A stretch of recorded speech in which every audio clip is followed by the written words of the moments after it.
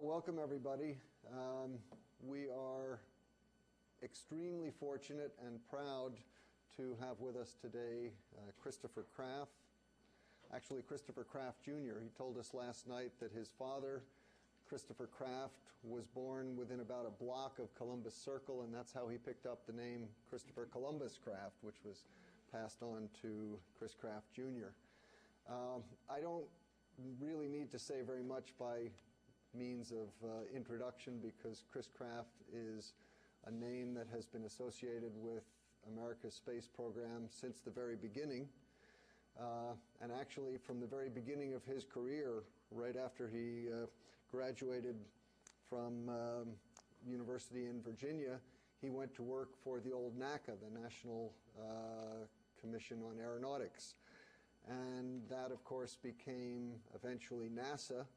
So Chris Kraft is a person who has grown up with the space program and, in fact, was responsible for making the space program grow up. He was instrumental, essentially, in inventing the concept of mission control, and became, after being a flight director for some of the early flights, became the head of flight operations, and eventually the director of the Johnson Space Center, which is the home of human spaceflight in this country. He had that position through 1982, which was the end of the original orbital flight test phase of the orbiter. So he really was in charge of the Space Center when the Space Shuttle was being developed.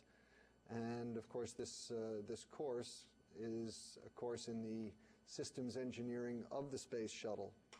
I just want in public here to acknowledge that there have been expenses involved in bringing all of the special lecturers that we've had who have participated in this course, and it would not have been possible without the support of the Draper Laboratory, and we thank Dr. Ellie Guy, who has provided that support. We couldn't have done it without you, and we really appreciate it.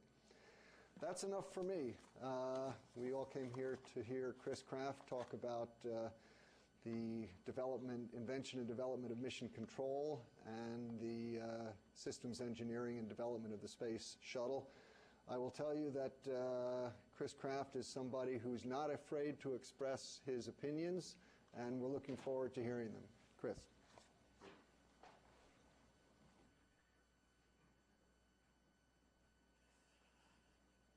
Good morning.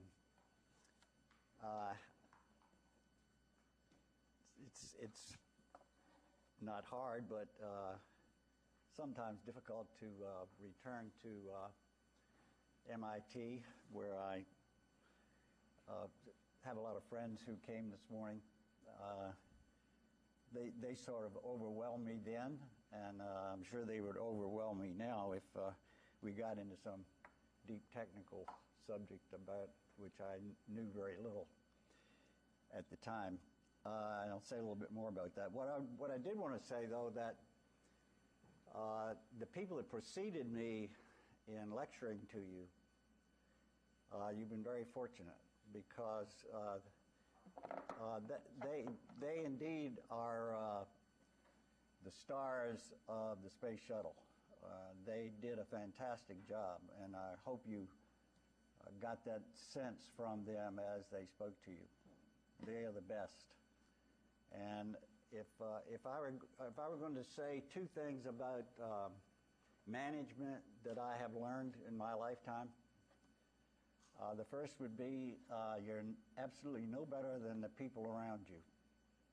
Without a lot of great brains around you, you're not very good. No matter if you're the best person in the world, and too many people have learned that the hard way and not recognize that fact. Second thing we talked about last night around dinner, and that was the second thing you learn as an engineering manager is that every day is a compromise. Everything you do, you have this idealistic view of doing it the best way possible, doing it better every day, doing it without worrying too much about the cost, too much about the budget, too much about the schedule. You go in with that idea, but those things you have to face every day, and so managers become great compromisers. And the systems you end up with are not what you really wanted, but if you're smart, they do the job. So if I were going to add two things to your education at MIT, that's where I would come from. The third thing I would say is that whether you like it or not, you people sitting here, not you old heads, but you people sitting here are the people that are going to do the next space program.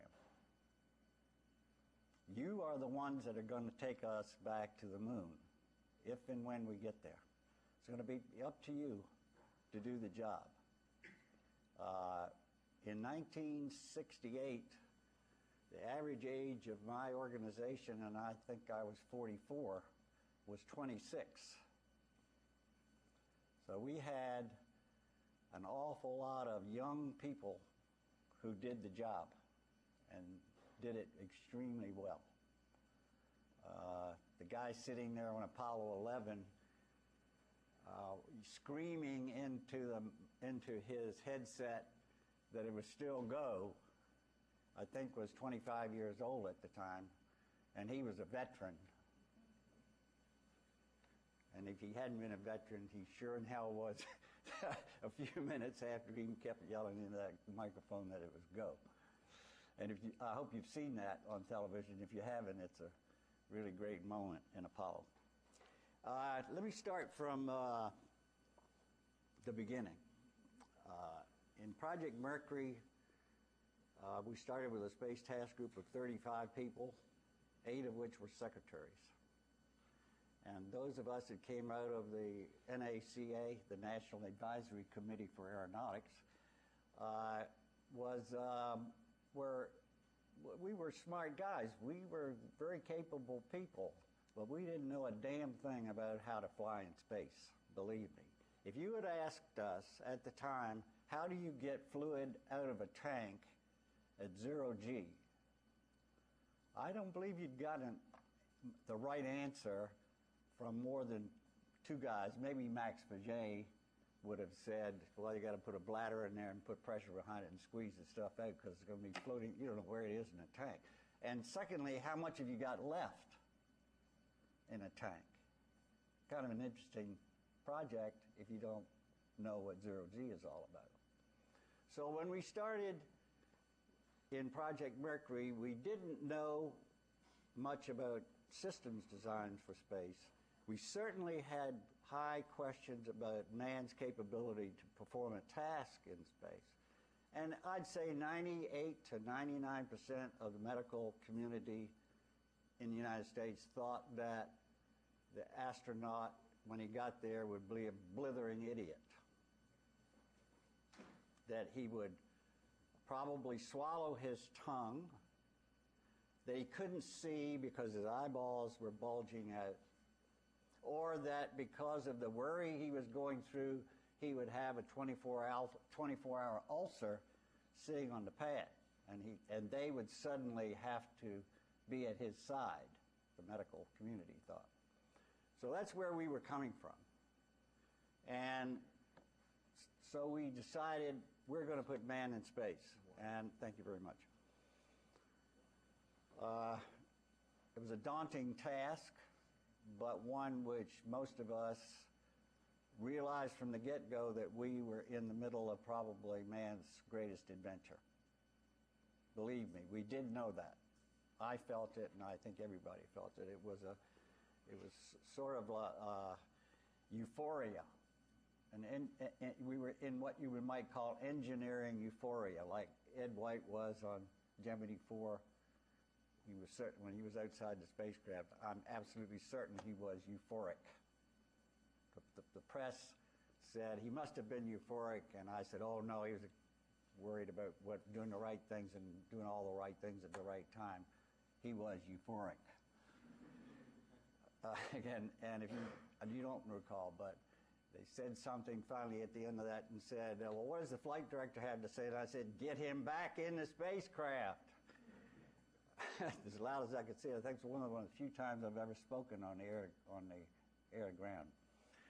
So we were faced with putting somebody into this new environment for the first time, and how do you do that? What are the problems you're faced with? When we began to think about how we did flight tests in airplanes, you would sit on the ground and you would write a flight test requirements, a set of things you wanted him to do on a flight. You'd sit on the ground, hold a microphone, and talk to him, and he'd say, I just did so-and-so, and if he was one of the best test pilots, he probably didn't tell you a damn thing. They just kept quiet, like Neil Armstrong did most of the time. He just kept quiet, and you kept having to prompt them to tell you what they were doing. So that's where we were coming from. We had instrumentation. We had been developing telemetry from the bomb drop tests that we had made at Langley, so we knew quite a bit about telemetry. We didn't know very little about air-to-ground. We knew that we would like to talk to this guy about every 15 minutes or so. That's what you did when you went across the country as an airplane pilot. So if you're going around the world, we would like to talk to him about every 15 minutes. And so we got out the geography books and said, well, we're going to fly around this thing, and here's what this Chinese finger puzzle looks like as it goes around the Earth. And we're going to be over this part of the Earth, and this is where insertion is going to take place, and this is where we're going to do orbit determination, and this is where we're going to do retrofire, and we are going to be up there going around this particular section of the Earth. And you looked at the geography and said, well, we've got a tracking range in Cape Canaveral, we've got tracking range on the West Coast, we have a few radars in Australia, but in between this, if we're going to speak to them every 15 minutes, this is where we'd like to be. And so we end up saying, well, there's the Canary Islands, there's Kano, there's Zanzibar, there's Mushey in Australia, and so on. And immediately said, well, if we're going to have to talk to them, we're going to have reception there. So we're going to have to build a station at each one of those locations, and we're going to have to tie them all together. And Lord have mercy, here we are with a whole requirement to build a worldwide network and nobody to do it with, 35 people to do it with. And so we immediately got a group together, and we got Westing Electric, can't say that this morning, Western Electric and Bell Labs and a bunch of people like that, and started building the worldwide network. That was a heck of a project to do at that point in time. And the diplomacy, just the diplomatic requirements in the state, all the states that we had to deal with around the world was a project in itself. So having done that, we just said, how many times around the Earth do you think we'd like to go or need to go on the first flight? And what do you think would determine that? Well, in 1959, if you put a spacecraft up from Cape Canaveral or from Vandenberg Air Force Base, and you asked, is it in orbit of the then flight director, he would say, I don't know, I'll tell you when it comes up over Kodiak, Alaska, 45 minutes from now. And I'm saying to myself, well, if this thing isn't in orbit, and I want to bring it down in the water before it hits the coast of Africa, I've got to know when to turn the spacecraft around and fire the retro rockets. So I have to know immediately, or at least within 2 or 3 minutes, to turn the spacecraft around and fire the retro rockets, what the orbit is. Because if I don't know where it's coming down, and I don't know where to send the ships to pick that young astronaut up. So realize that in 1959, nobody knew what a short arc solution was from a C-band radar in 30 seconds of data. Furthermore, they didn't have a computer to do it with. You know, we were slide rule people. Marchand and computers, crank computers. And you're suddenly faced with the fact that you've got to build a computer system to take radar data from Cape Canaveral and Bermuda, massage that data, and within 30 seconds of a short arc solution, tell the people that have got to turn that spacecraft around and fire the retro rockets in 2 minutes. Today, that sounds unbelievable. When you talk about air-to-ground communications or ground-to-ground communications in Africa, the best you had was 20 words of teletype per minute.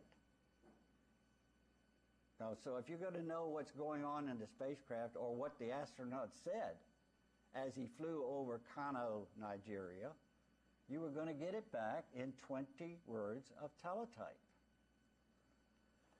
So how do you make real-time decisions under those circumstances?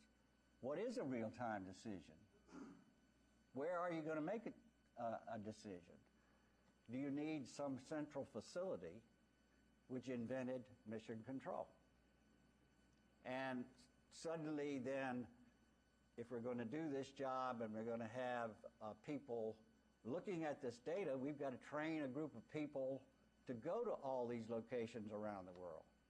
And if you're going to make decisions in a central location, then you've got to have some means of getting that data back to them, of massaging that data, letting people know outside the limits of that control facility what is going on so they can interrelate with each other. Nobody had ever done that before. And the first time we cranked ourselves up in a bunch of small cubby holes in a old wind tunnel building in Langley Field, Virginia, and started doing what we would call the initial simulations, we found that we didn't even know how to talk with each other. And everybody was talking at once. And so we had to invent a whole new language and had to have negative reporting and things like that, which people had never heard of before. And rapidly then we began to realize that we had a big task in front of us. If you're going to recover this gentleman at the end of the flight, that's not too hard. We can send a few ships out there, and we probably ought to have a helicopter there to pick them up, and maybe we can have one of these light carriers. But if the doctors are right, we might have to come down anywhere in the 360 degrees on those 3 revolutions. Now, who are we talking to? We're talking to the search and rescue people. We're talking to destroyer captains. We're talking to people that have got to fish this thing out of the sea.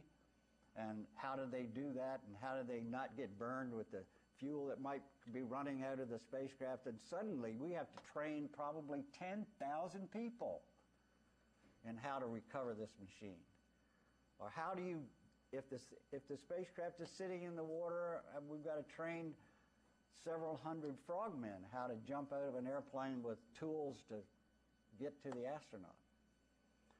So it was a tremendous task for a group of people who had never done much but do wind tunnel tests or flight tests out of Langley Field, Virginia. So the early days we had to come up with orbit determination, how to look at the astronaut's health. How do we get something down that we can look at? Can we get an EKG down? Can we get his breath rate down to each one of these stations so we know what the man's health is? An interesting story. What we did eventually build a simulator to train the astronauts, and we had no way of getting data to each one of these sites around the world that would allow us to run a full-fledged worldwide simulation in real time. So we would put it on tape, cut it up in sections, send out a script of what the astronaut was going to say and do, and play this 6 or 8 minutes of a tape as that's what they would see as the spacecraft appeared over their station. And when we said, well, we've got to train a bunch of doctors, an interesting story was we went down to the Veterans Administration in Houston and said, well, we'd like to put some instruments that we were developing on people that are sick here. And so as they come in, various types of diseases. And fortunately, one day we had a guy instrumented, and he had a heart attack. So we were able to record all these things that were going on in this gentleman, his temperature, his EKG, his breath rate, and what his blood pressure was, and so on. And put all that on the tape. And we sent that out to the remote sites, and then had each of the sites, as this occurred, have the doctors diagnose what was wrong with the astronaut. I don't believe in any one of the 17 stations we had anybody diagnosed it as a heart attack. They all said he had appendicitis, or he was having some kind of shock take place to him because he was frightened to death, or anything but a heart attack. So that was sort of classical of the things we did and improvised in order to get ourselves capable of running a worldwide operation which allowed us to make decisions in real time. Now, the other thing that we invented at that time, I say invented, it just came about by evolution, was a book called Mission Rules. And that was probably the smartest thing we ever did. As we began to look at the spacecraft systems, we started asking questions. Well, if this system is failing, what are the measurements that we're going to have there? And if it is failing, and it isn't operating at the right temperature, at the right pressure, and it's off nominal, what will the system do? And how do we measure that on the ground? How do we detect it? Where is the instrument located on the system? Because it might be affected by the position it's located in the spacecraft. It might be hot, it might be cold, might be suffering different kinds of pressures than it was measured on the ground. And as we began to ask those questions of the systems engineer, the system engineer, not systems engineers, because I don't think we had any at the time. And they would say, why the hell do you want to know that? The system is either working or it ain't working. And we said, yes, that's a good answer, except that now we've got this system in space, and if we want to continue this flight and not have a contingency operation, we'd like to know how long the system is going to last if it isn't operating under normal conditions.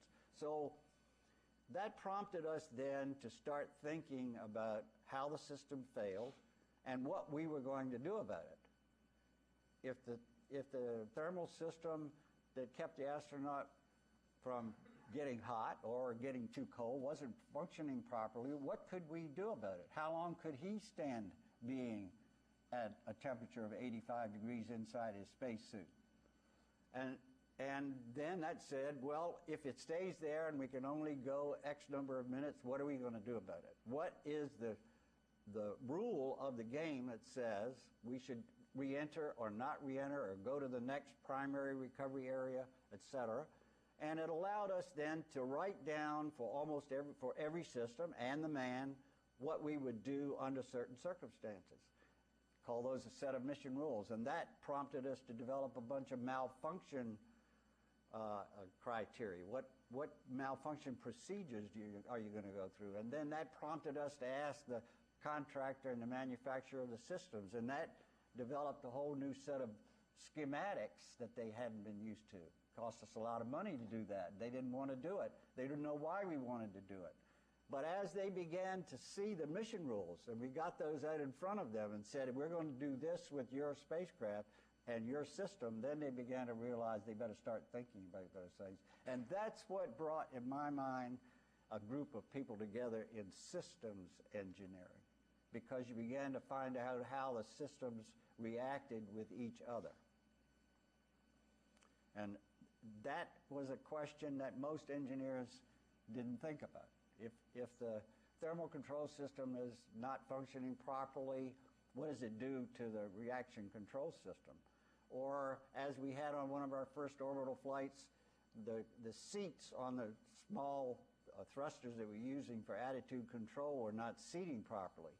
And the experts said it's freezing. It's getting slush in the system, and it's causing the valves to stay open, and they're not getting the proper fluid to it. So we put a thermistor on the next spacecraft, and it wasn't freezing, it was getting hot, because the feedback from the thruster was getting on the lines and causing the seats to warp, and it was sitting there dribbling out and causing the attitude to be sloppy and jump around. And as a matter of fact, on one flight we had to re-enter early with the first chimpanzee flight because the machine was running out of propellant.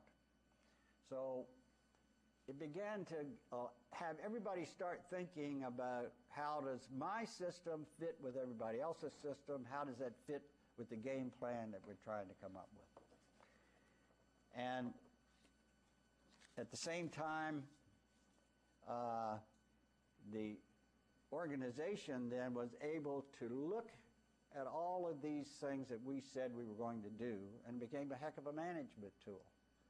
I remember James Webb, he used to come down, the administrator of NASA at the time, and I would show him in the control center how we ran an operation and how we made decisions, and he was absolutely livid about that, because he said, that's what I want in Washington. I want to be able to have those kinds of things put in front of me, so I got all these things so I can make a decision. I need you in Washington. I want you to come up here and tell me how to build a system like that to do management. I must say that I've never been able to do that, but he was very emphatic about wanting to do that. Jump to the conclusion of Mercury. I think we learned an awful lot from that program. We learned that man could do a job. He could do it just as well at zero gravity. And particularly in Mercury, where he couldn't move around, he didn't get sick, fortunately, as he did eventually in some of our spacecraft. But certainly man could do the job in space as well up there as he could in a fighter airplane on the Earth. But it was child's play. Mercury was child's play. We put it up there, we fired the retro rockets, and it landed, and we picked them up. It was a hell of a job at that time, but it was child's play. And so Mr. Kennedy, in his great wisdom, in April of 61, when he saw the reaction of the world to Alan Shepard's first flight, asked NASA, well, what can we do to ace the Russians? And NASA, in its great wisdom, said, well, probably in about 10 years, we can go around the moon. George Low and others in Washington had been doing some work on lunar spacecraft. And in the great wisdom of whoever made such a decision, the president asked, why can't you land on the moon? Now, I want you to know that was 1961, and Chris Kraft did not know how to determine orbital mechanics from 30 seconds of radar at Cape Canaveral. And this man in 1961 says, we're going to the moon in this decade. And I thought he was a little daft. I must say I thought he was a little daft. The second day, I thought a little bit better of it, and then about 3 months later, when he came to make that famous speech in Rice Stadium, I was called back from Cape Canaveral to tell him how we were going to go to the moon. And I'm telling you, I did not know a damn thing about how to go to the moon. You know, if you had said free return trajectory to me, God, I'd have thought it was a pass to the Astros baseball game. But here I was faced with the fact I've got to stand up in front of the President of the United States in a room much like this one, only with about 10 or 12 people in it, and tell that gentleman how you're going to go to the moon. And that was, I was a quick learn, I'm telling you, really quick learn from people like, these guys know John Mayer and Bill Tyndall. Taught me in a few hours how to do the orbital mechanics to go to the moon. Not how to do it, but what took place. So here we were at the end of Mercury, and we're going to then have to go to the moon, and how are we going to get there, and how are we going to train ourselves? What are the systems we need to do the job? What new control center do we need? What kind of operations do we need to think about? What kind of trajectory analysis do we need? And what kind of computers do we need? And what kind of communications do we need? Suddenly, we've got a whole new set of problems. We've got to, if we're going to do rendezvous at the moon, we've got to teach ourselves how to do rendezvous at the Earth. If we're going to send something around the moon, we better have a heck of a system to determine whether we are truly aiming at the moon or whether we're going to hit the moon. And in fact, on Apollo 8, I wasn't sure that George Miller, who was the head of manned space flight, was sure we weren't going to hit the moon. When we told him that we wanted to do the trajectory as we were going to do it when we landed, then you ended up being 60 miles above the lunar surface as you entered orbit around the moon. And can you really tell me at 270,000 miles away whether the spacecraft is going to hit the moon when you're 10 hours away, or is it going to go around the moon? So we're faced with all those new problems. That's what got us to the Gemini program. We wanted to be able to build a spaceship that would allow us to do maneuvering in orbit, that would allow us to stay up there 14 days, which is how long the spacecraft flight to the moon and back would be, that would allow us to do re-entry guidance using the LOD of a blunt body, enough to skip it out as you came back to Earth and then go back up and then re-enter at a much lower velocity so you wouldn't burn up the spacecraft. Those are the kind of things we were suddenly thinking about as we built the Gemini spacecraft. We needed an onboard computer, unheard of in that time period. The Air Force had been putting some on airplanes, but never had we had one on board a spacecraft. So Gemini was designed to be a maneuvering capability in space, to rendezvous and dock with a target, to determine the capability of man to survive for 14 days, to do a heat shield, which was much more flexible and reusable, and to build a maneuvering system, and finally to do guidance and control for landing point control and develop a footprint on the Earth for Gemini, which is what we were going to have to do on Apollo. Gemini was a very successful program. Without it, we could never have gone to the moon. We learned how to operate in space, how to maneuver in space. We learned how to do EVA, which was a total disaster as we flew in Gemini. I don't think we even by doing it 5 or 6 times on the final flight of Gemini 12, Buzz Aldrin was able to do a reasonable job in extravehicular activity. We had to build a suit that was flexible to be able to walk on the moon. We had to build a backpack, which in truth was another spacecraft, to do Apollo. We had to build a new control center because we had a computer which we actually doubled the storage capacity on Mercury, and it gave it 64,000 words. Today you have that in some kid's thing that he carries on his airplane in one touch of his stroke, but 64,000 words was all we had then. When we flew Gemini, we had 1 million words. When we flew Apollo, we had 5.5 million words. So the computer complex was changing on us continuously.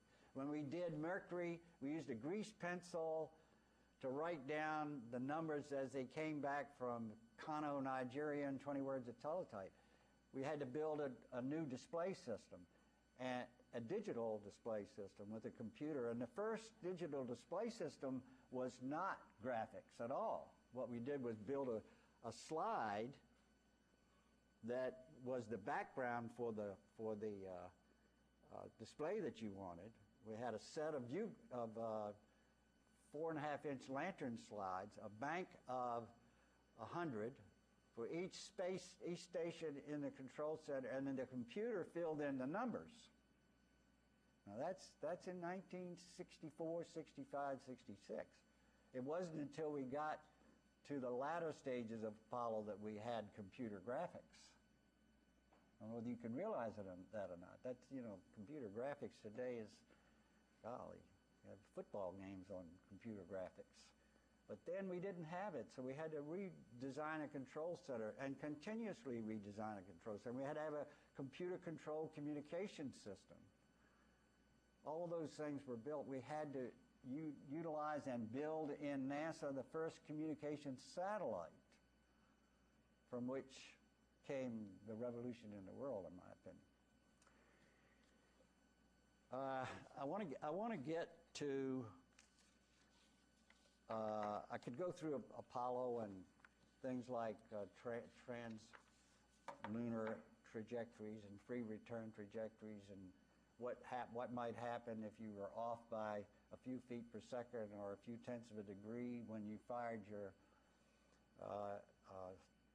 orbital engine, the orbital maneuvering system of the Apollo on the backside of the moon, which is where you had to do it for optimum performance characteristics. And when the thing showed up as it came out in view on the front side of the moon and it was not in the right trajectory, what the hell are you going to do about it? Where is it going? Is it going around the sun? Is it coming back to Earth? Is it going to hit the moon? And what am I going to do about it if it is on one of those paths? And my maneuvering engine, which has 10,000 pounds of thrust, is not working, or not working properly, or it wasn't pointed in the right direction. You had to be prepared to think about those problems and make a real-time decision as to what to do. I hope I'm impressing you with that, because that's what you guys are faced with in going back to the moon. It isn't just a simple problem of orbital mechanics. It's a problem of what are you going to do if it isn't correct, if it isn't on the right path, if the system isn't working properly. Can you land? Those things have to be thought out, and thought out carefully before the fact, not in real time. You can make all of the decisions in the computer which you would have made after you've thought about it in real time. But think of the orbital mechanics problems associated with that in real time, and the background then of the math and the thought processes that have to go into making those decisions. You're descending to the moon, and there's one of these gentlemen sitting here. You start to do the descent to the moon, and lo and behold, you bring up the system on the LEM, and the abort light is on.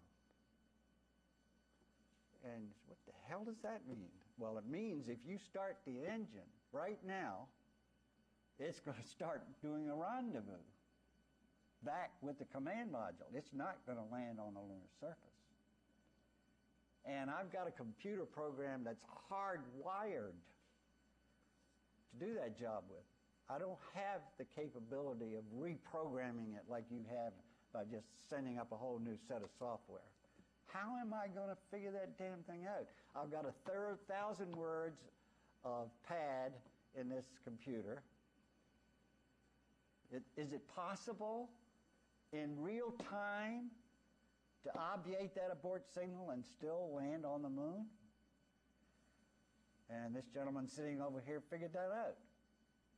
He's figured out how to tell the computer, ignore that signal, by going into the certain places in the software, in that hardwired software, and saying, don't listen to the abort signal for a while.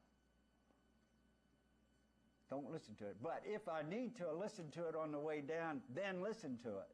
And you got to do that with 1,000 words. That's a pretty tough problem in real time. One which nobody had thought about before until it happened. Or, as I said, this 25-year-old young man on Apollo 11, and the vehicle is descending to the moon, and he's getting all these signals back that says the computer is overloaded and it's doing so many tasks and stopping. Why is it doing that? We've done it on Apollo 10 when we started down to the moon and it worked fine and we did a rendezvous from it, but we had the radar on. And going down to the moon, we didn't need the radar on, and that radar was going into the computer, was flooding the computer with data, but these guys didn't know that. They had to figure out how to get around that signal. If I sound like that's a big problem, it is a big problem. And it's going to get bigger, because the spacecraft are going to get more complex with each passing day, and you're going to have to figure out how to do that stuff in real time, and that's what you, the flight operations people, and the designers of tomorrow are going to be. And that's what you're going to be faced with. I know you're working on the space shuttle, try to make it better. That's what your task is in this class. We should have had you around for the last 25 years because it needs to be made better. And it's a travesty, I'll use that word again, it's a travesty that we haven't been making it better and making it less costly to fly. We should have been doing that. So let me start into the space shuttle a little.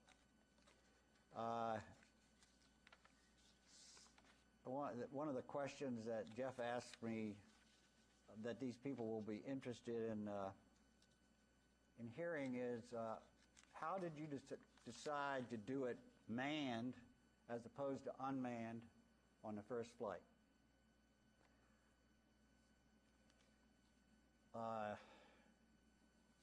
Sort of out of necessity, I guess you would say. The more we looked at the systems, the more we looked at the space shuttle, the more we realized that the man could furnish us a certain amount of reliability in space operations and in space systems and in choosing systems, the more reliable the machine would become. But we had to convince ourselves that that was a rational thing to do. Now, let's go back and give you some thought process about the space shuttle design. As we did the initial design, we wanted an escape system. We wanted to build a pod into the cockpit to allow the astronauts to escape if we had problems. And because building the space shuttle main engine was very difficult. These people know about subsynchronous whirl. We couldn't find any bearings in the whirl that would withstand that load. And they were failing, and you didn't know when they were going to fail. So we built a automatic shutdown system into the engine. And Aaron and I were talking about that this morning, Mr. Cohen and Professor Cohen, and that sounds, well, we'll just figure out what all the parameters are that tell you when the engine is malfunctioning and shut it down, because we don't want it to blow up. So we're going to look at RPM of the pumps, and we're going to look at temperature in the pumps, and we're going to look at the pressure in the engine head, and we're going to look at the fuel flow rates, et cetera, et cetera. That sounds like, well, we can do that. But how do you know it's right? How do you know you're not shutting down a good engine? And the point I'm making there is the reliability of the instrument becomes more important than the engine.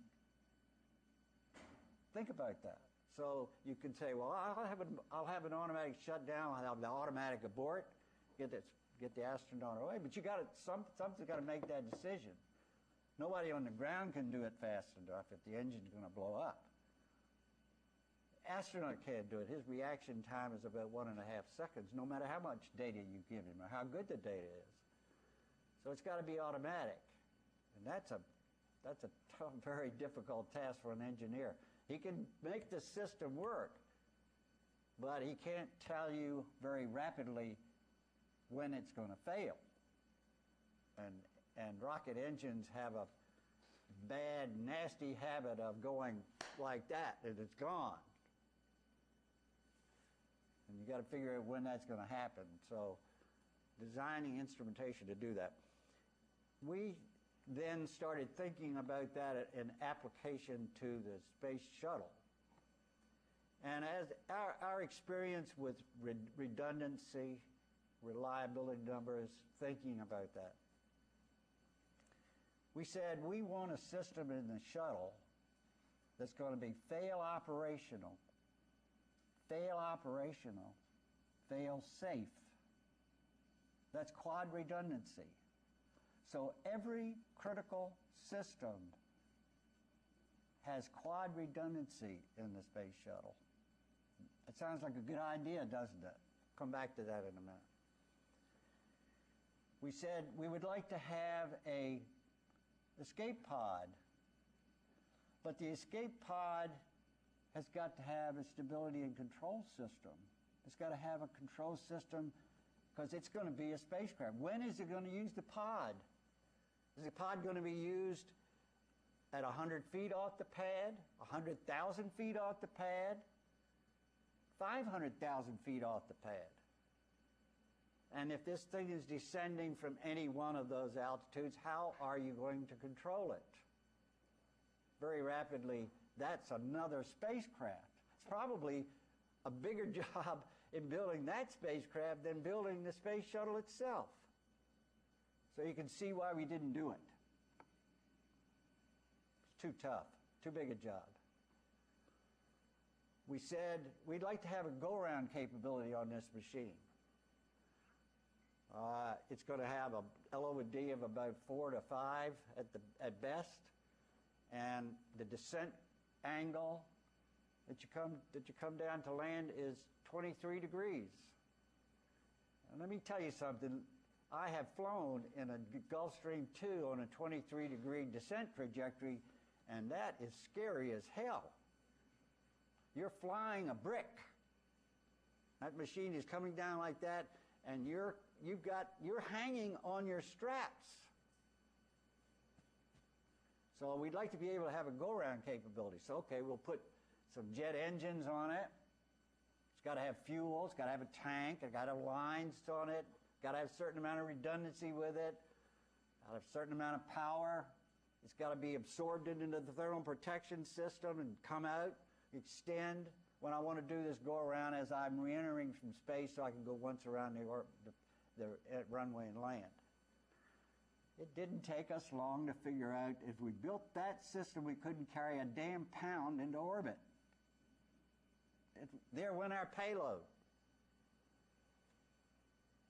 Man, we very rapidly started figuring out how to do dead stick landings, and how to preserve the energy, and how to get this machine lined up on the runway at way high altitudes, and et cetera, et cetera. So we did away with the go-around capability. We've done away with the pod, done away with the go-around capability. Now we don't have an escape system. What is your escape system on the shuttle? Well, on Mercury and Apollo, the escape system is a solid rocket. Solid rockets have close to 100% reliability as you can get. Usually if it lights, it burns and it goes. God, we got 2 solid rockets on the shuttle. Why aren't they our escape system? Because if we can get this thing to 200,000 feet, it'll fly. So we can return to the launch site and land from 200,000 feet, because you aren't very far downrange at 200,000 feet. God, that's a good idea. Great idea. But the rockets have to be 100% reliable. Wasn't 100% reliable in the Challenger accident. I can't account Unfortunately, I cannot account for the fallacies of man. Now, I'll come back to that if you want me to talk about the Challenger accident. But we built the solid rockets to have 100% reliability, and they were our escape rocket. So, we've got quad redundancy. We've got engines that will perform to the best of our ability and shut down if they are going to explode. We've got solid rockets as a escape system, and we will teach the pilots with the best control system we can come up with to land this machine dead stick. Now we got to convince ourselves and the management that the best way to fly this thing is unmanned or manned on the first flight. And we looked at flying it unmanned. We could have done that. We could have put an automatic control system in to take the place of the man. And these pilots that tell you they do manual control during reentry in the shuttle, hogwash. Pure hogwash. The shuttle will not fly without the automatic control system. The pilots are flying the outer loop. I can fly it. I have flown it in the simulator. You know how I do it? I don't touch the damn thing.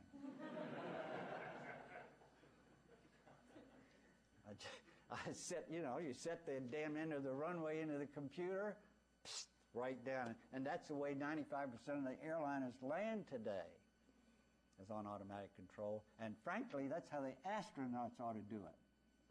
They haven't done it yet. They keep telling me, what are we going to do if the system fails?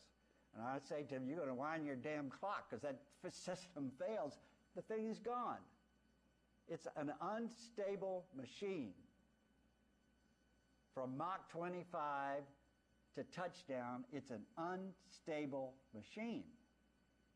If it diverges, it's gone.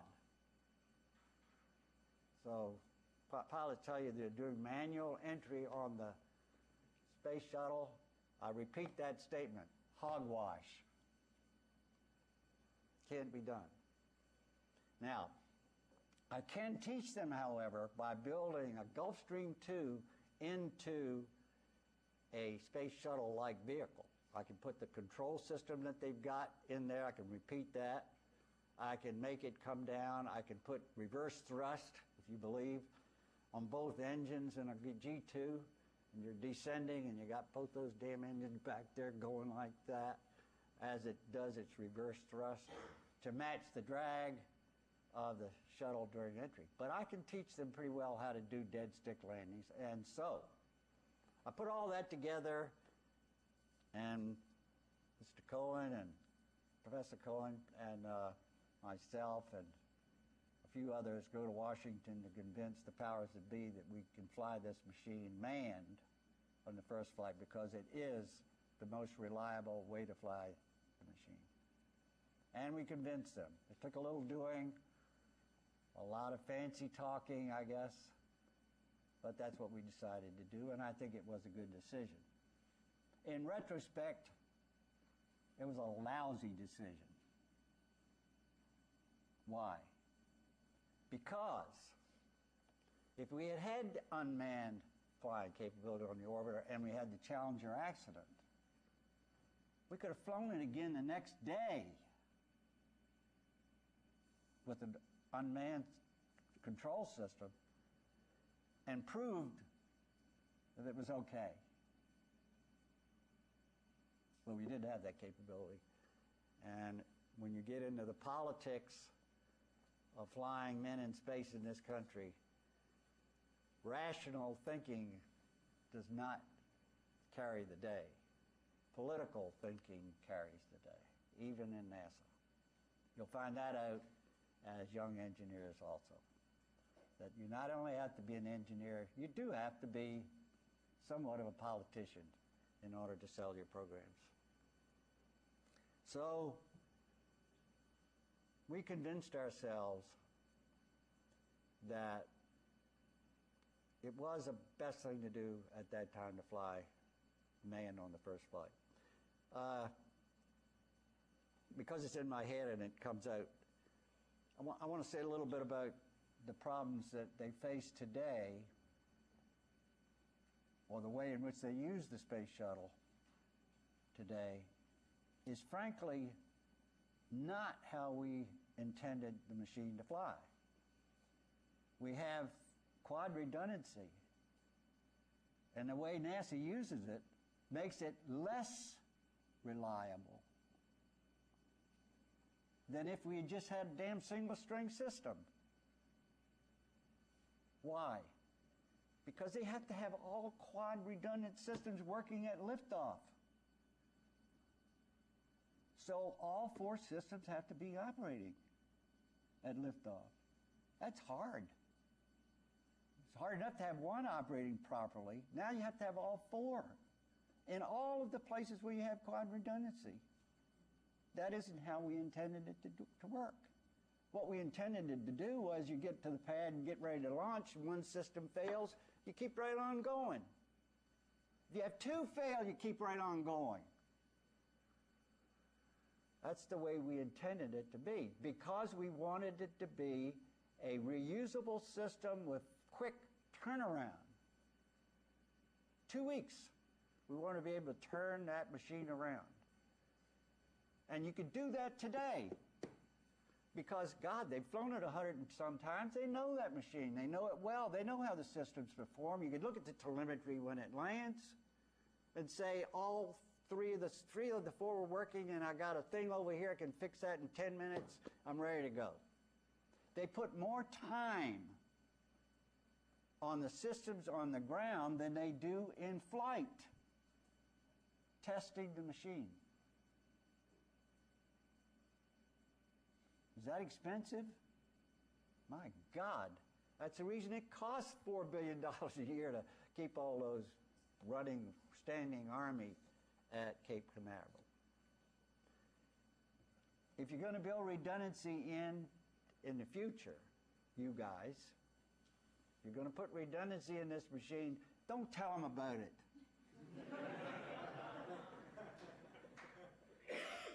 Now that may sound funny, but that's how your computer is designed. You don't have byte in your computer anymore. Built-in test equipment. You know why? Because the damn engineers kept using it. So now the computer builders build in the test equipment, but they don't tell you it's there. The redundancy works automatically. Probably got 3 or 4 in there just like we do in the shuttle. But your computer keeps working. Might be a little slower sometimes, and it gets you mad as hell, but they don't tell you about it. So my advice is, don't tell the people about it the next time. Don't tell the people at the Cape this thing's got quad redundancy. And that's probably somewhat foolishness, but I guarantee that if I had anything to do about it in the next time, I might very well do it that way. Because it's not the right way to think about this machine. The machine is a beautiful, wonderful piece of hardware. The orbiter system, the most complex system ever built by man to fly, has never, when I was talking to some co-ops a few days ago, I said that word 14 times. It's never had a failure. The orbiter has never had a failure that would have prevented that machine from landing safely. NASA's now going to use, however, all of the components that have failed. They're going to use the solid rocket. You're going to put a command-like service module on top of it with an escape rocket and fly it. That system has failed. They're going to use the tank. Can't figure out, engineers this day and time can't figure out how to put insulation on a tank.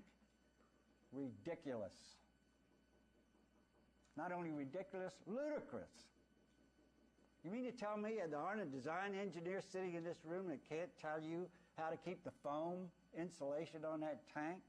Hell, my son could do it. In fact, my grandson could probably do it. The engines, the Space Shuttle main engines, that is a damn tough piece of hardware. That's what we're going to use. That's what we're going to put in orbit and use it as a machine, as a propulsion system to send you to the moon. Now they say, oh, we're going to make some changes to it, make it better. I'll probably be dead and gone, but I'd like to see it. That thing is designed right up to the teeth. Maximum power that you can get out of hydrogen and oxygen. It has an ISP of about 460, and the engine on the shuttle is 458. I don't know how you can get much more efficient than that. But that really is a tough engine. Continuously changing components on it. But those are the three components, and NASA says, I'm going to use those to go to the moon, but I'll throw the orbiter away. Never had a failure on the orbiter.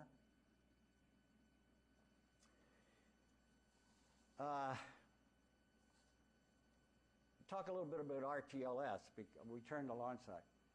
That sounds like something easy to do, but think about the software involved in that little dude and figuring out how to do it, how to take that machine back to land at Cape Canaveral if you do have an abort. Think about the software involved in that. Think about the possibilities. Think about the cutoff conditions. Think about the Mach number range you're going to have to fly. So return to launch site was part of our philosophy of not having an escape system per se on the shuttle. I'd like to also, I know we have some navigation and guidance people in this audience.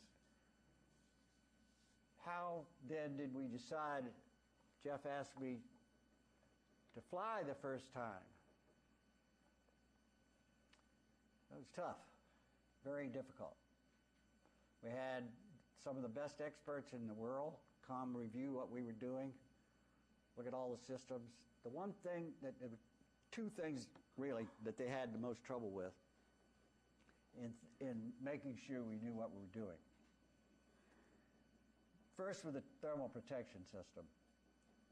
And we never really convinced the experts that we did have a thermal protection system that would work.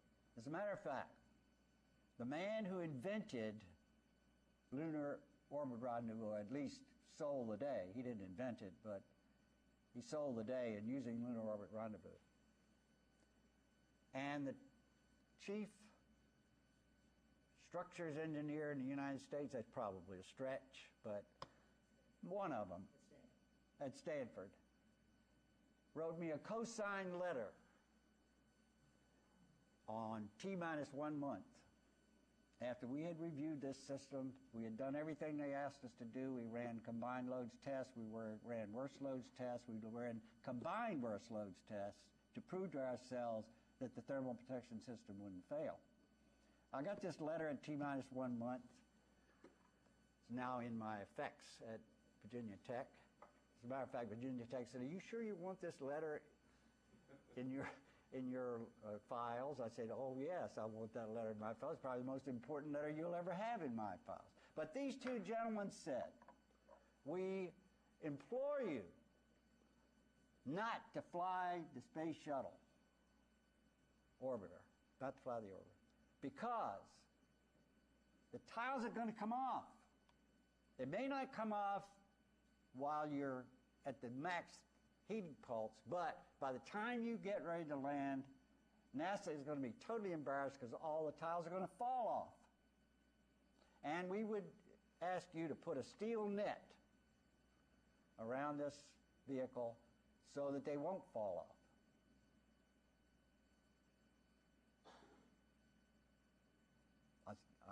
I'm still aghast at that letter, because I don't know what we could have done to satisfy them that we had done everything they asked us. They were concerned that the strain isolation pad, which is what the tile sits on, and you've had that explanation, they were concerned that the combined vibrations and aerodynamic loads would cause a failure in the SIP, or at least at the glue joint. And that indeed all the major tiles that had gone through the large heat pulse would fall off. Mr. Cohen, Professor Cohen, I'll keep calling you Mr. Cohen, Professor Cohen, and I met them on the Queen Murray at an AIAA meeting that after the first flight had taken place, was satisfactory, flew well, flew beautifully. Those two gentlemen came running out, and I asked Aaron if we would come and sit down and have a drink with them.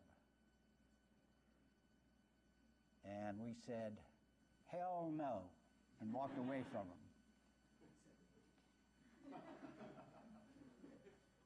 So that's what I thought of that letter. Say that again. We didn't hear the last one.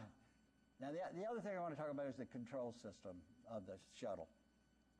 We had several gentlemen. You did, though, after landing. You did get on the mat, which you very seldom do. Yes. We're infinitely smarter. Yes, I did. Well, the public affairs officer said we need a comment from you after the machine had landed on what you think of this flight, and I said we have just become infinitely smarter. Not so much about the tile where we infinitely smarter, but the story I'm about to tell. The automatic control system, there in terms of the aerodynamic parameters that it has to deal with, there are roughly 35 variables in the aerodynamics of the machine, all the way from products of inertia to CN beta. Everybody knows CN beta? CN beta? No, there's the young man knows what CN beta. That's the capability of the rudder to stabilize the machine. What is it? Yawing moment due to side slip. I still do remember a little bit about my aerodynamics. Anyway, the airplane there is no facilities in the world to measure the aerodynamic, those 35 parameters, very accurately anyway, that would tell you what to design the automatic control system to. Particularly, it's not so difficult at high Mach numbers above, say, 10. You can use, what do you call it, Newtonian flow. And as you well know, you use the aerodynamic controls when you can, you use the thrusters when you can, and you combine the two as you transfer from one to the other in the range of flight, or in the flight regimes. But actually, it's a guess. We looked at all of the possibilities that had been done on the X-15, had been done on the Dinosaur program, had been done in wind tunnel tests of almost every configuration for hypersonic flow. And you just couldn't nail down what those 35 parameters were. So what we did was, we said, here's what we think it is, here's a variation on top of that, and here's a deviation on top of that, and here's those 35 parameters throughout the total Mach range. And we're going to do a Monte Carlo analysis at every 10th of a Mach number from 25 to touchdown, and have no failures. And if we have a failure, have to change the gains, go back and run it again. I don't know about you, that sure convinced me that machine would fly. But I still said we just became infinitely smarter. I said before we flew, we will certainly have to change the gains, because there will be regions where the machine is oscillatory, coming down, and might frighten somebody even if it were going to damp. that was post-flight, I said, I don't ever want to change the gauge. The damn thing worked. So those two problems were the fundamentally hardest problems to build and test and assure yourself that you were ready to fly. But in the end, how did we decide to fly? Frankly, I didn't know what else to do. In my mind, Professor Cohen's mind, John Yardley's mind, who was the head of manned spaceflight, these gentlemen sitting in front of me that worked on the automatic control system, we didn't know what else to do. We'd done everything we could think of. We suspected there were some unknown unknowns. Good old NASA term, unknown unknowns. But we didn't know what they were. We didn't know where to test. We didn't know how to test it, so got to go light the torch and do it. I don't think it took a lot of guts or nerve. I think we were pretty sure of ourselves. Now, the Challenger accident and the Columbia accident are horrible tragedies. There's no question about that. But they shouldn't have happened. And they could have been prevented. And that's the other thing you have to remember when you get into this business. Some of you, if not all of you, are going to be responsible for the lives of the people that are flying and the responsibility of the program, because it may very well be something that just causes the space program to collapse in the United States. And that is a tough task. You don't learn that overnight. You just sort of have to learn to live with it. And frankly, you have to like it. You have to like being in that position. I had one of my flight directors who became very much affected by it mentally, so affected that he quit, went and became a psychiatrist. Didn't ever perform as a psychiatrist, but got his degree in psychiatry. Phil Schaffer, if you know him, one of my very closest friends. He's now making me kind of rich because we own a lot of oil wells in Oklahoma together. But it is a tough job, but it is a marvelous job. There is nothing I can think of, including pitching in the World Series or winning the U.S. Open, that comes close to being in this business. Every day is a challenge. Every day is hell. And every day is the best feeling you've ever had in your life. It's how you feel every day. You go through those transients almost every day. So I highly recommend it to you. I don't think you'll get rich till you retire and become a board member like some of us have. But before that, you're not going to get rich, but you're going to be happy every day. And you're going to feel like you contributed every day. And I don't know, at least in our business, anything better than that. These gentlemen all sitting here in front of me will attest to that. It's a great life. With that, I'll stop and take your questions.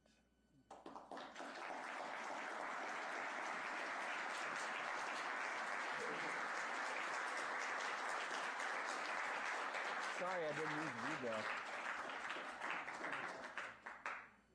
Turn it off. I never knew how to turn these things off. Where is the? This is your chance. I'll pull the plug. Where's the plug? No, we'll get it. Thank you.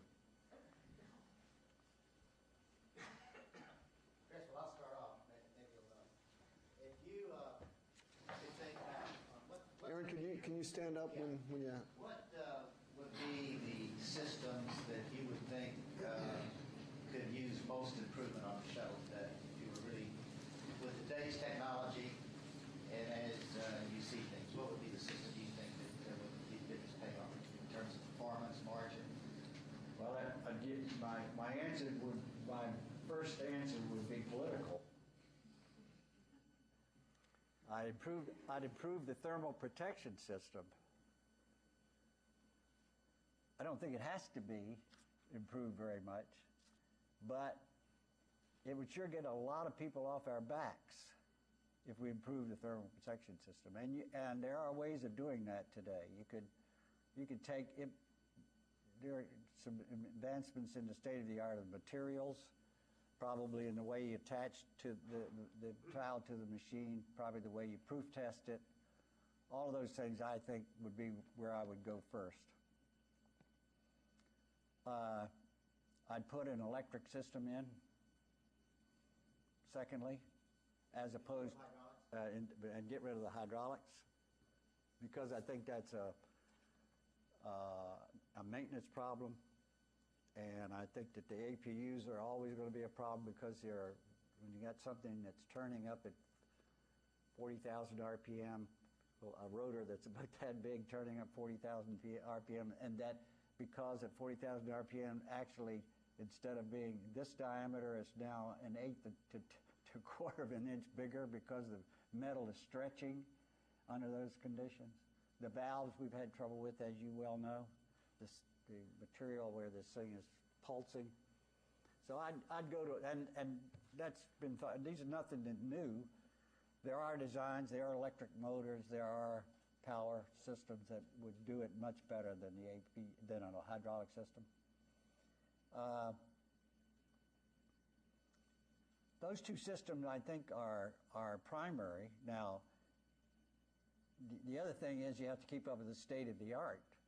And the problem you have, one of the biggest problems you have in the shuttle today is nobody builds the parts anymore. You go to the manufacturers and they say, oh, we stopped building that system 10 years ago. So all the circuit boards, everything is passé. And that sounds like, well, we just changed the circuit boards. Well, that is a tough problem because the process specs are got to be looked at. The sneak circuitry, the sneak pads have got to be looked at because that was the thing that always got to us in space flight was everything works fine in a normal thing, but someday somebody turned something off and the thing glitched and, you know, it fired the retro rocket or something like that. And so you have to be sure that when you do redesign the circuitry into the modern world that it's properly done. A lot of things you don't need on the space shuttle probably. You don't need the backup flight control system, which cost a lot of money. And then I think the biggest thing I would do is force the system to use automated checkout. That's where the money is, I think. And maintaining the machine is nobody is willing to use automatic checkout. It's there, and you could do it very easily, but the people at Cape Canaveral they need to be flight controllers. What I mean by that is the people at Cape Canaveral who prepare and maintain the machine have a totally different approach to the space machine than the flight controllers do. The people at the Cape want it to be perfect when it's launched. So when they do the checkout and it doesn't work right, they go plug a new board in or they go put a new system in or change out the fuel cell. A flight controller does not have that prerogative. He's got to figure out how do I live with what I've got and make the best of it. I think that's the best attitude, and they need more of that in the maintenance side of the. So you said that. I think that's where the biggest savings, the biggest improvement can be made in the space shuttle. The other thing I think about is the engine, SSME. I think if you derated the SSME so that the turnaround time on the engine and the reliability of the engine would go up significantly. significantly if you derated the engine, i.e., instead of asking it to put out 108% every time you go to the space station because you're going up to the higher inclinations, you just put a bigger head in it or whatever it is, whatever it takes to derate the engine. Make it run at 95% power. Gee whiz, the thing will last forever if you did that.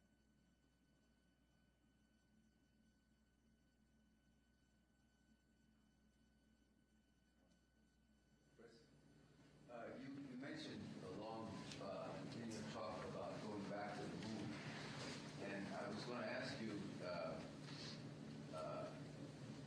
couple of parts of the question. One is, what for?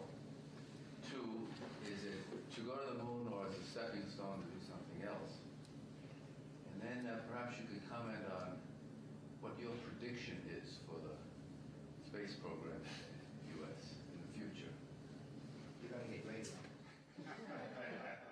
Why go back to the moon?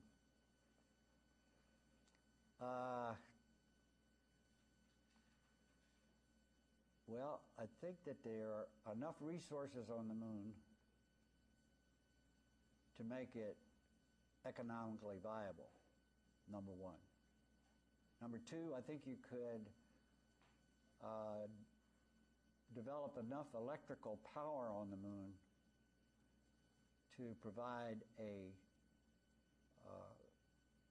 enough power for the people that were going to live there and be stationed there permanently. And you would do it on the back side, by the way, not on the front side, because that's where you would want it. You would want your permanent base on the moon to be on the back side because it would be shielded from all the electronic signals from the Earth. So it's the best place in the world to look at the rest of the universe. So I'd build my base on the back side of the moon. And then I believe there are possibilities, although it's not technically sound yet, but I believe there are possibilities of providing enough electrical power to the Earth from the moon that you could shut down every power plant in the Earth. You could get that much electrical energy from the moon. And that would certainly offload the power requirements on the Earth, which are almost logarithmic, aren't they? China is going to end up using more electrical power than we do shortly, so we need electrical power, and I think you could get that from the moon. Plus, I think that the geophysicists and the geologists, astrophysicists, all can give you 1,000 reasons why you should go back to the moon, because it's still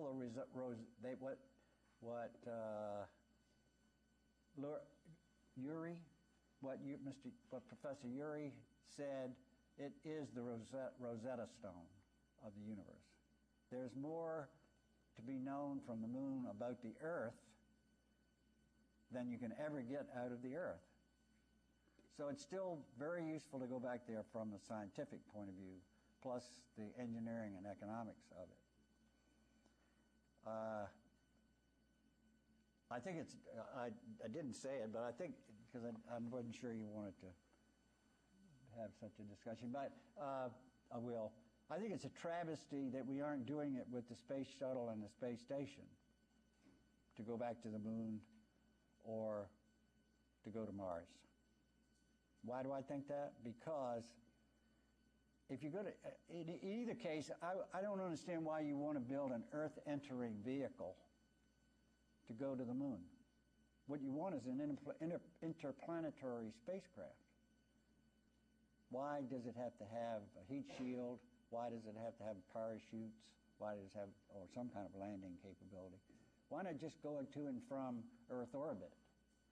And the space shuttle, the greatest machine for carrying things to and from orbit that's ever been thought of, and the one they're going to build, is, even if it's an unmanned vehicle, is still going to have an awful lot of complexity to it. So I think that if you've made the space shuttle economically viable, which nobody thinks you can, or maybe Chris Kraft is the only one that thinks you can, and if that's true, that's true. I don't think that way. I think the space shuttle is an economically viable machine. And so it's a travesty to me to throw it away. And the space station could be used as the place where you assemble all this stuff. And everybody says, well, it's at the wrong inclination. Yes, it is at the wrong inclination. We were foolish to put it there in the first place. But that's where it is. But every time I had a little bit of fuel left over, I'd inch it down a little bit, you know? And the first thing you know, it'd be down to 28.5 degrees, and it wouldn't cost. Today it costs you 15,000 pounds of payload to go to the space station, and that's a travesty too. So you wouldn't want to do that continuously, but so I'd use the space station as my assembly point, and I'd use the space shuttle as the machine to go there, and then I'd build myself a bunch of interplanetary spacecraft to go to and from the moon and Mars. And when I did that, I'd be smart enough to build all these newfangled structures, inflatable structures, et cetera, which you could use not only as the interplanetary spacecraft, but you could use that place where you would live on the moon. So I think it has a better approach from an engineering point of view. Whether that's the political way to sell the program, Mr. Griffin has got to do that. I mean, that's what his job is. Fortunately, it's not mine. I was asked to be the deputy administrator and the administrator of NASA several times, and you can hear the way I talk here, I'd have lasted about 6 days to 6 months. What do I think about tomorrow's, what do I think about the possibilities of the day's plans? Hate to say this, but I think it's going to fail. I don't think it'll work. I don't think the program as stipulated today is the way to do it. And I don't think the political climate is such that the budgetary support will be provided. And I hope I'm wrong. I don't think I am. Does that mean the Chinese will be there? Beg your pardon? Does that mean the Chinese will be there? No, hell, Chinese are 50 years from going to the moon. They can't buy it from Russia. That's what they're doing today. They're buying all their technology to put man in space from Russia. You know, the thought, that makes me think, well, the Russians are still using the same spacecraft with slight variation that they put Gagarin up in 1961. Literally, it's pretty close to it. I've sat in it. Have you sat in it, Fred? You sit in it like this. But they used it over and over and over and over again. The B-52 been used over and over again. It's got a new wing. It's got new electronics. It's got new bombs. It's got new everything on it. The only thing that's the same is the configuration. Got new engines. Had new engines probably 5 times in its lifetime. That's what we ought to be doing with the shuttle, isn't it? Why? We seem to have this great propensity in this country for building something wonderful and great and high performance and then throwing it away. You know, we put up the Skylab, wonderful, throw it away. Don't build anymore. Build a Saturn V. Gee whiz, it put 200,000 pounds on it to the moon. It's rotting away at Johnson Space Center. They got so mad at people, the Trekkies in the country got so mad, you know, at the Johnson Space Center, they made them build a hangar to put it in so it wouldn't rot anymore. We build a space station. We're throwing it away. We build a space shuttle. We're throwing it away. Golly, my mother would have gone bananas. We had leftovers at almost every other meal. I know that's trite, but don't you think that's rather foolishness to do things that way? I think it is. that we did learn from space flight that everybody seemed to learn from everybody else's experiences. That was an amazing factor to me in the early days, particularly. The astronauts each one that flew was so much better than the one before, knew how to do the job better than the one before, and made it so much easier for them. And they were, all of those things were, you could see yourself advancing, and they just built on this experience of each man. And I don't know how they transmitted that to each other. They didn't, obviously, because they didn't have a brain connection, but that's the way we ought to be doing here. We got all these things that we build and then throw away and don't take advantage of. That doesn't make a lot of sense to me. Now, I know there are politics involved, and that's the reason I said you have to take into account the politics. When can you get the money? How do you convince people that you need to do things? What does it do to the jobs situation? How does it affect each senator and each congressman state in terms of the money that you bring into that area and that, so et cetera, et cetera? When we built the space shuttle, we had a contract in every state in the Union except Alaska. And we did that on purpose. I used to have to go to all the, Aaron and I flew to every one of those. There's 75 major subcontractors in the shuttle, and they were all over the country. And we'd go visit them at least 3 or 4 times in a period of a couple of years.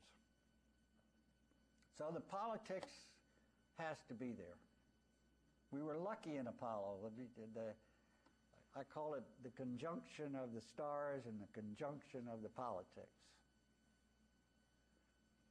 I want to tell you, that's a story I meant to tell. In about 1978, 77 maybe, we were really behind the power curve on the budget for the shuttle. We had been pushing a bow wave of about 10% less funds than we needed each year, so that at about that time period, we needed, if we were going to have any semblance of making a 1980 or 81 first flight, we needed $600 million supplement and about that much per year more than we were getting. And NASA had this big meeting down at the Johnson Space Center, and we all talked about what the problems were and how we were going to meet that. And everybody, absolutely all the politics said, you can't go ask for a supplement. You can't go ask the Congress for any more. You can't go to the White House and say we need more money. So we may just have to turn this thing into an X-15 project, a research project. First shuttle flight will be whenever we can build it, and it'll just be a test vehicle.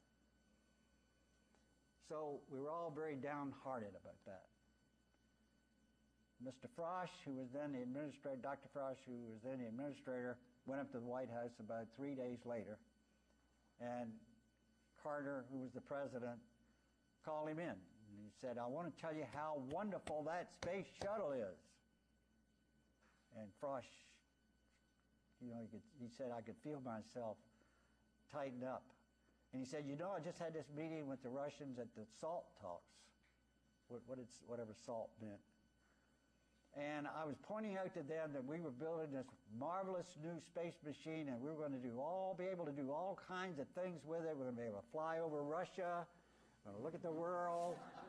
And he said, it carried the day. And Frosch says, oh my God. What is NASA going to do about that? Came back, thought about it a few days, and he went back to see the president. He said, Mr. President, I have to tell you, this shuttle is in trouble. We don't have the money. We're not going to make the launch dates. It's questionable whether we can even build a machine at this point in time because we haven't built the thermal protection system. We didn't have the factory built yet to build the tiles in. Mr. Carter said, how much do you need? How much do you need? And he said, well, I think we need about $600 million this year, and I think we'll need about $400 million a year. That was that was a wag on Dr. Frosch's part. And the president says, you'll get it. So that's how close we were to the shuttle failing from a political point of view. So I don't know what the politics of tomorrow is that might change our mind. It would be wonderful if the Chinese were laying on the moon tomorrow, because that might get the Congress back in action. But I just can't see, can you see the Congress in the face of what's happened to Katrina and Rita and a few other things that happened in the United States and the Iraqi war, the budgetary problems they face? I can't see them giving NASA the money they need to do the program. And NASA says they can go back to the moon between now and 2018 for $106 billion. You know, Mr. Webb doubled the price. You know, we all us great cost estimators estimated the cost of the shuttle, and Jim Webb got it and multiplied it by 2. Today, I'd say you have to multiply that by 10 if you think you're going back to the moon. I can't imagine. Aaron and I worked on a program in 1998? When did we do the lunar study? Going back to the Mars study. 89. We estimated the cost in 1989 to go to Mars at $400 billion. And I think we were low. So I know I have to catch myself. I know it's the politics you have to be concerned about. You know, if you told them that it was going to cost $400 billion, then for sure it would be canceled, right? But so you got to tell them something that's rational. But I don't think they'll get supported even with the amounts of money they say it's going to cost. I hope I am a pessimist. Yes, sir. I have two separate questions. One is, I was wondering if with the improvements you said were made in computing capability from Mercury through the shuttle, I was wondering if there was any thought into making the computer systems on the shuttle more upgradable, and if it was, would there have been any value in using modern systems? And then the second question is related to the comment you made about if the shuttle was designed to fly automatically after the Challenger accident, we could have just flown again the next day. And I wasn't really sure what you meant by that, so I was hoping you could elaborate on it a bit. Let me go to your first question. It isn't the hardware, it's the software. And it's the software checkout and it's the software validation that you have to worry about on the orbiter. I mean, when you have 4 systems that are operating on a 40 millisecond time cycle and checking with each other at the end of that cycle, that they're all in lockstep. John is looking at me saying, my God, how did we ever do that? And I don't know how we ever did it, but we did it. But it's the software, not the hardware. So when you build a new, have an updatable computer, which you should have and will have, it's the software that's the problem, not the hardware. That's always been the case. Changing the software. Yeah, trying to make the software fit into the new computer, the way the hooks are in the system. It's just totally different, and therefore the guarantee that the system doesn't have a bunch of glitches in it that are going to get to you. I mean, you know, when we flew to the moon on Apollo 11, we had a book about that thick with computer anomalies in it. We understood them all, but that's how many software fixes we needed to make. We just didn't make them because we didn't want to nor have the time to do it. What I meant by flying an unmanned shuttle was that you couldn't convince the politicians or the powers that be, whoever they are, that you could fly the shuttle the next day unmanned, but if you didn't have a man in it, who would have cared? And so you could have flown it the next day and it would have worked perfectly because it was warmer at the Cape. You know what the condition on the pad was the morning they launched Challenger? No. There were icicles hanging off the gantry that long and that big around at Cape Canaveral. Let me tell you something. They did, you know why they got there? They did what we did in 1920. They turned the water on, let it run all night, because they were afraid that the fire suppression system on the pad was going to freeze and not be able to be turned on when they launched. So they let it drip all night. And I'm sitting there saying, that solid rocket has not been qualified for temperatures below 47 degrees Fahrenheit.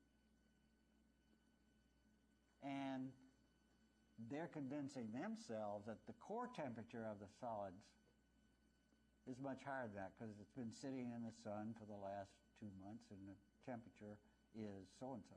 But they didn't think about the seals. If you remember that professor sticking the seal in the ice chamber. So that's what I meant by the next day the temperature would have been warmer, put new rockets on it. Max Faget said the next day, why don't you just put a belly band and a heater, put a heater around the joint and put a belly band over top of it and fly. Damn good idea. Yes, sir. You mentioned that one of the reasons the shuttle is so expensive is because you have so many redundant systems on board. Now, what would be your solution? Not to have them on board, or just to not to have them all operating at launch? No, you got the wrong implication there. It's expensive because they insist on having them operating at the time of launch. It's not the redundancy that makes it more expensive. It's the checkout and the testing, and the proof that it's there, and the replacement of the systems and the use of the systems that makes it more expensive. But what makes the shuttle so expensive is the numbers of people involved in preparing it. There are roughly 10,000 people involved in that operation who make X number of dollars per hour or day, and it costs in today's money about $5 billion a year to fly the shuttle 7 times. Probably costs $5 billion a year to fly it 30 times. Not much different, maybe 5.5 billion. So it's the people. You got to get rid of the people, and that's what people have been trying to do that ever since Mercury. Get rid of the amount of people, and they try, and they put in the automaticity and the automatic checkout, and then don't use it. Check it out, and as I said, they put more hours on it in the hangar than they do in space. Wear out the system, checking it, and it takes people to do that. So it's people. So what's your solution to that? I think you have to have some hard-nosed SOB that says, I'm going to get rid of the people. And you do it with automaticity, automatic checkout, automatic everything. In today's world, why would you do it any other way? I'll give you another example. When we built the caution and warning system on the space shuttle, the safety and reliability people said it has to be hardwired. Can you imagine that? Why wouldn't you use bits instead of hardwire? Oh, but it's a lot safer and a lot more reliable. Use my same word, hogwash. It's a lot safer and more reliable with bits. But that's the system. You got to change it. And Two of us have tried. You can see us flying down in flames almost everywhere. Yes, sir. As a young engineer, a lot of us, hear all the stories about the Apollo days, and a lot of us have been talking about the old good old days where, we wish we were alive in the days of, engineering by the seat of your pants. Is that type of job and that type of excitement of engineering possible in NASA's environment today, or should we look elsewhere, like towards private enterprises, or can we find the type of job we hear about in the Apollo days in NASA these days?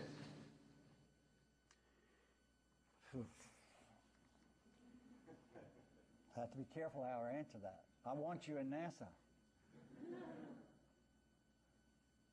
It's important that you guys be at NASA, or at least in the space program working in the industry, because you are tomorrow's opportunity.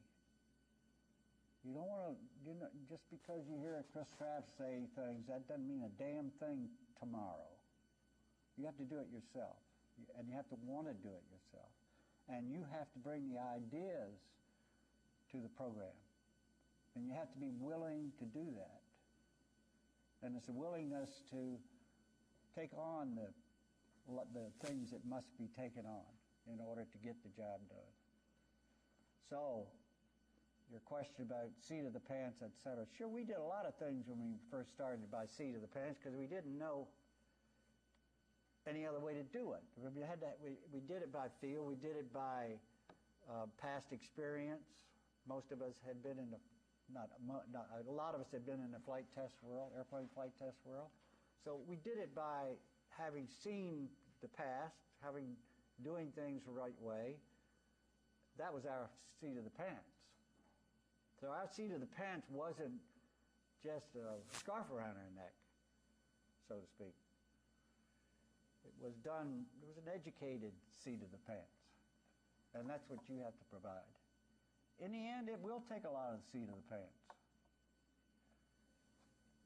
I think the way I know Aaron and I have done it was to believe in the people you have.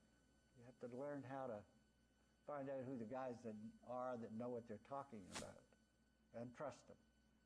You have to put them in a job, give them responsibility and the authority to do it, and then trust them. And you have to build them. The biggest problem that you have today, that NASA has today, and the aerospace industry has today, biggest problem, can't say that too strongly, is that they have not built anything in 25 years. And so they've forgotten what it takes to do it. You don't know how to do it. But if I put you on the job and give you the authority to do it, you can do it in 3 or 4 years. You need my help and guys like me to tell you where the bumps in the road are.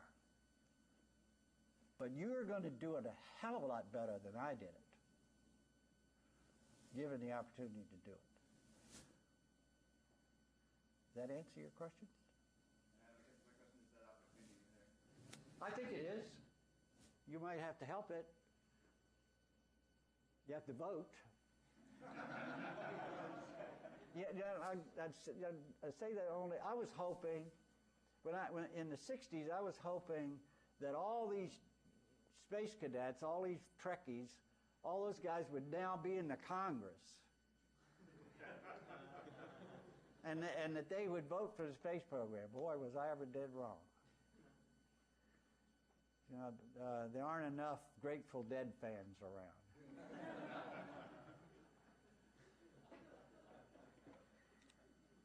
Yes, sir. Do you think the success of the Apollo project was in some way linked to the ferment that was taking place in the 60s?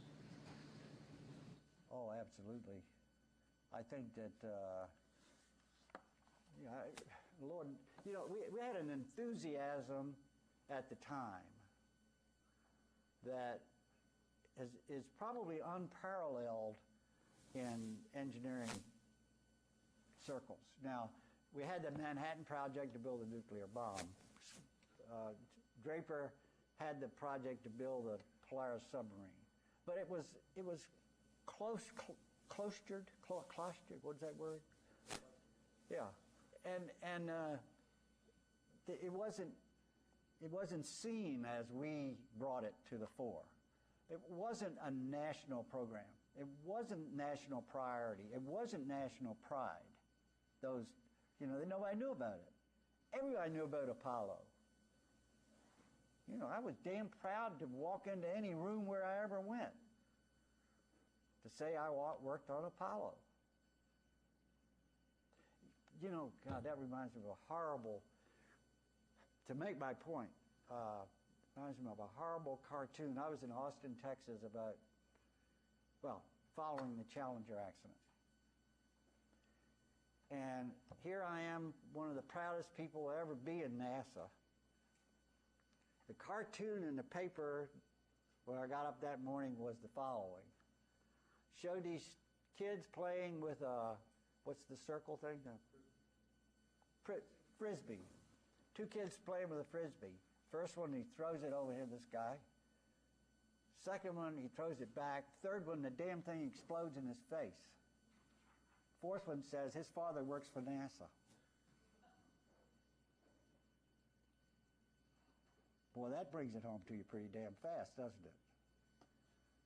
Nobody in 1967, 68, 69, nobody would have dared put that cartoon in the paper. How do you transmit, by having new people in a space program, there's always this lack of experience which you have to trade just to have them. How do you transmit that experience to new people? You intermingle the young with the old. You bring the elderly engineers into the system and make you responsible for designing the system, but have me in your hip pocket. But after 6 months, after 2 years, you don't need me in your hip pocket anymore, because you would have learned all those things and learned them better and done them better. So you have to mix the ingredients for the pie and the cake have to be there. And that's part of the ingredient. And NASA, why hasn't that taken place? Because 2 reasons. NASA hasn't done anything in terms of building new hardware other than the space station, which is really wasn't testing the state of the art. It was a great program, but it didn't test the state of the art. But the industry has been doing the same thing. The industry has been building airplanes, but they haven't been building any spaceships. So they've lost that capability also. That's the travesty too. You got to rebuild them both at the same time. But it only happens by experience. I can't take what Professor Cohen knows and what I know and put it in your head. You have to fail a few times.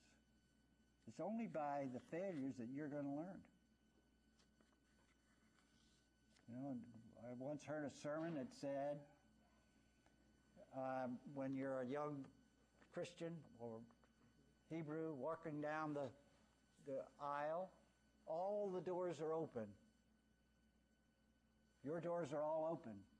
I'm walking down the aisle and I'm pretty close to the end, and all the ones behind me are shut. You're willing to go into all those doors. I'm frightened to death to go in those damn doors. So we need you and you need me. But you don't need me very long till you get up to speed. So don't be frightened of it. Go do it. And don't be afraid to fail. We learn much more from our failures than we ever learned from our successes. Back there. Given all these problems with NASA that we've seen just growing over the years, what do you think about the commercial efforts to access space? Not necessarily what's going on now, but also in the future.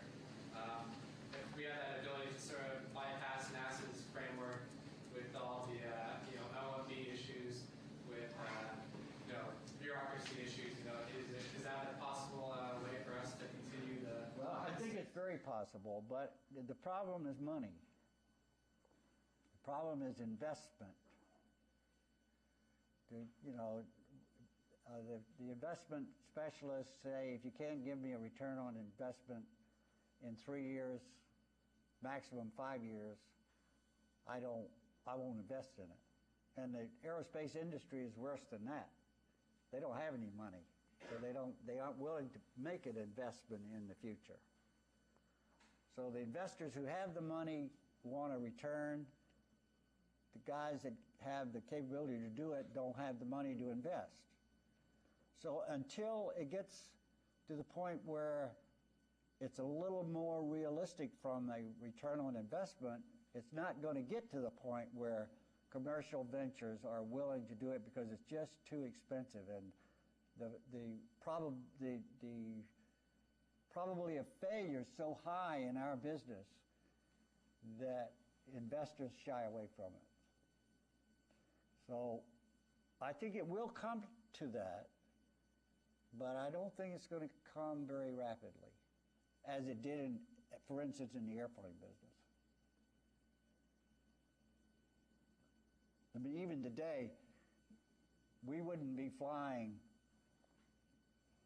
the transports we have or the supersonic airplanes that we have without the government having made that investment at the time. You know, the 707, first big, really good jet transport, was totally dependent upon the B-47 airplane, which is built by the same people, right? And so it was the government investment. You know, everybody said, well, we did it in the airplane business to a certain extent, but nowhere near as much as people think, because it was all of the technology was done by the government investment in the airplane. And the next step, the supersonic bomber, supersonic transport, which we ought to have. That's another travesty that we don't have a supersonic transport. That hasn't been done by Boeing or Lockheed because they aren't willing to invest that kind of money on their own. So they take the investment of the government in supersonic aerodynamics and engines and structure and use it in a supersonic airplane. So I think it's a ways off. A lot of people have tried it, the most notable being Kistler recently, and have failed. I think it can be done and done better. You can do it better outside of the government because you don't have all those regulations to contend with and all the GAOs on top of you. Just going to take a while. I hesitate to say this, but I will. Programs like the, what's the name of Rutan's vehicle? Beg your pardon? Spaceship One. That's trickery. That's child's play, what he's doing. Wait till he tries to go to orbit. That's his next step. Tell me when that's going to happen.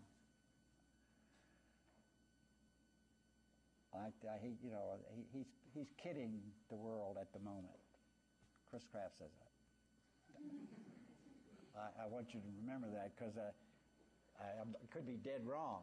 So, but that's my opinion. It's just child's play.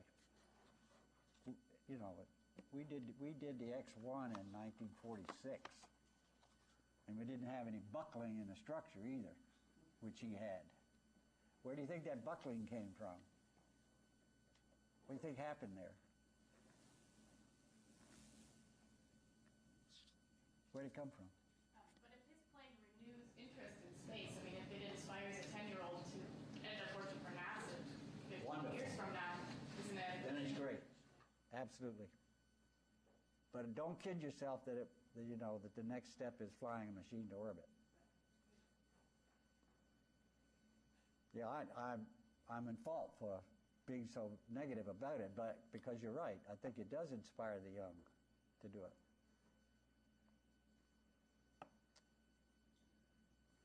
As much as I hate to cut us off, it is 11 o'clock.